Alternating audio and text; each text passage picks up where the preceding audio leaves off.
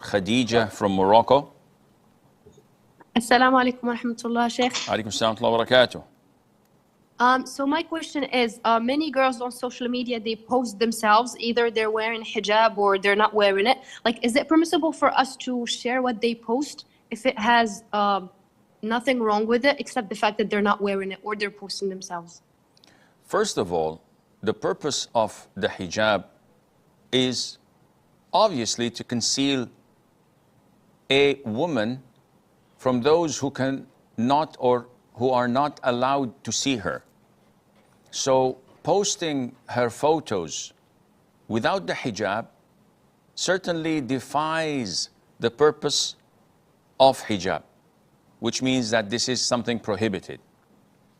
Even if she posts her photos with hijab, this is still not permissible, because in so many proven cases, the norm is within few months, she will compromise her hijab little by little until she takes it off, because a very important aspect a lot of the Muslims, a lot of the people don't know about is that fame kills. A lot of scholars, da'is, or normal people, they just want to become known. They want to be famous. And in Arabic, we have a saying that is beautiful, which goes like, حُبُّ الظُّهُورِ قَصَمَ الظُّهُورِ. The love to be famous broke people's backs. It killed them, it injured them, because it makes them do things just for the sake of recognition, just for the sake of people following me. I want more followers, I want more attention. And this what diverts a Muslim from the true path to the path of deviation.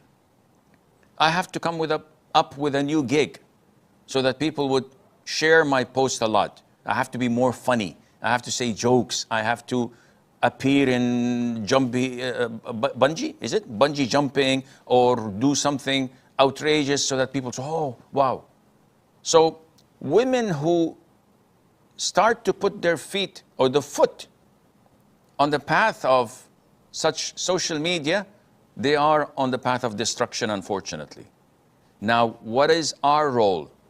We're not doing this, but a sister shared her photos with me. So can I share it? Can I post it? Can I repost it? Of course not.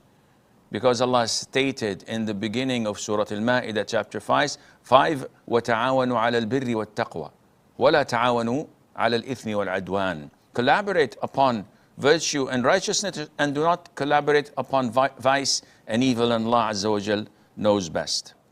Kenza from France. Assalamu alaikum, Sheikh. Alaikum assalam wa rahmatullah. I have a question, Sheikh. I live in France, and as you know, they banned the niqab since almost 10 years. But I believe that niqab is wajib. So I started wearing a face mask, and also I put like my khimar on my eyebrows, but like a little bit of my cheeks are still shown.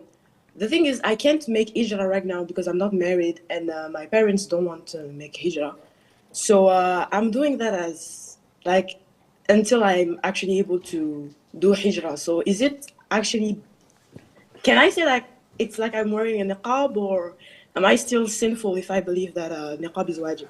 Well, unfortunately, with the circumstances happening in such oppressive, undemocratic countries who brag to be democratic, where they have nothing to do with democracy. They're a bunch of, with all due respect, anyhow. So I see no problem, because you're forced and due to necessity, and this is the best and closest it is in covering your awrah to your conviction. I think and I believe that you're not sinful, inshallah, and may Allah make it easy for you to migrate from the lands of kufr to the lands of Muslims. Afia from Dubai.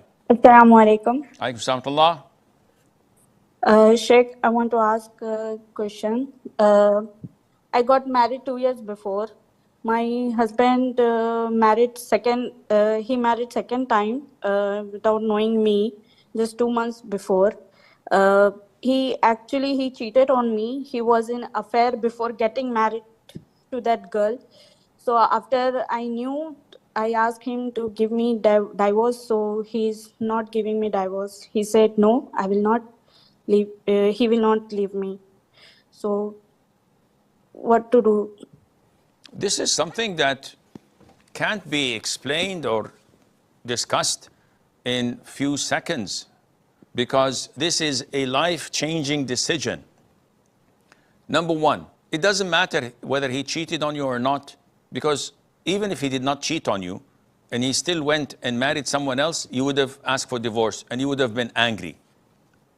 Number two, if he did not marry and he continues to go and have a girlfriend in secret and you know about this, would you be happy or would you ask him to marry her? The vast majority of Muslim women, they would say, no, we're happy. As long as we are the single wife, let him cheat without any problem. A'udhu billah. What kind of a Muslim woman would encourage her husband to do such a thing? Thirdly, whether you want to stay in this relationship or not, this is entirely your own decision. If you ask him to divorce you without any legitimate reason, if he's capable of opening a house, providing for you, and being fair in distributing his time and his gifts, and he's doing everything that Allah told him to do, but still you are the one who doesn't want to, then you are in deep trouble. Because the Prophet said, alayhi salatu wasalam, any woman who seeks divorce without a legitimate reason, she will not find the scent and fragrance of Jannah.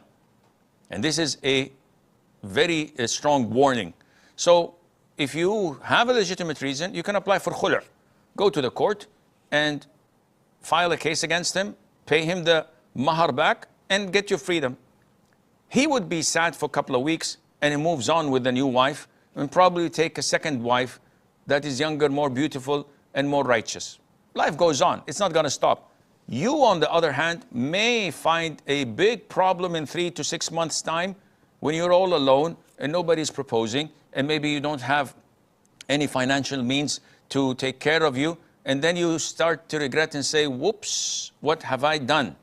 But then there's no going back. If one goes to talk to him and say, why don't you reconcile with your ex-wife? He said, you crazy? Now I've just tasted the taste of happiness of being alone from a woman who nags and complains. I'm not accusing you. Don't judge me. I'm not going to judge you. I don't know you. But this is not the place to discuss these things. This requires a counseling session, and our time is up. Saad from Pakistan. Assalamu alaikum, Sheikh. Alaikum salam. Sheikh, my question is, I know that it's not permissible to be in seclusion with a woman, but is it permissible for me to keep contacts with female teachers? No, if there is no legitimate Okay. reason, if there is no legitimate reason to be in contact with a female teacher, such as asking for your grades or submitting your essays or the likes, no. After graduating or at summer vacation, you just can't send them or text them, how are you, I miss you, hope to see you next year, I hope you're doing well. No, this is all uncalled for, and it's not halal.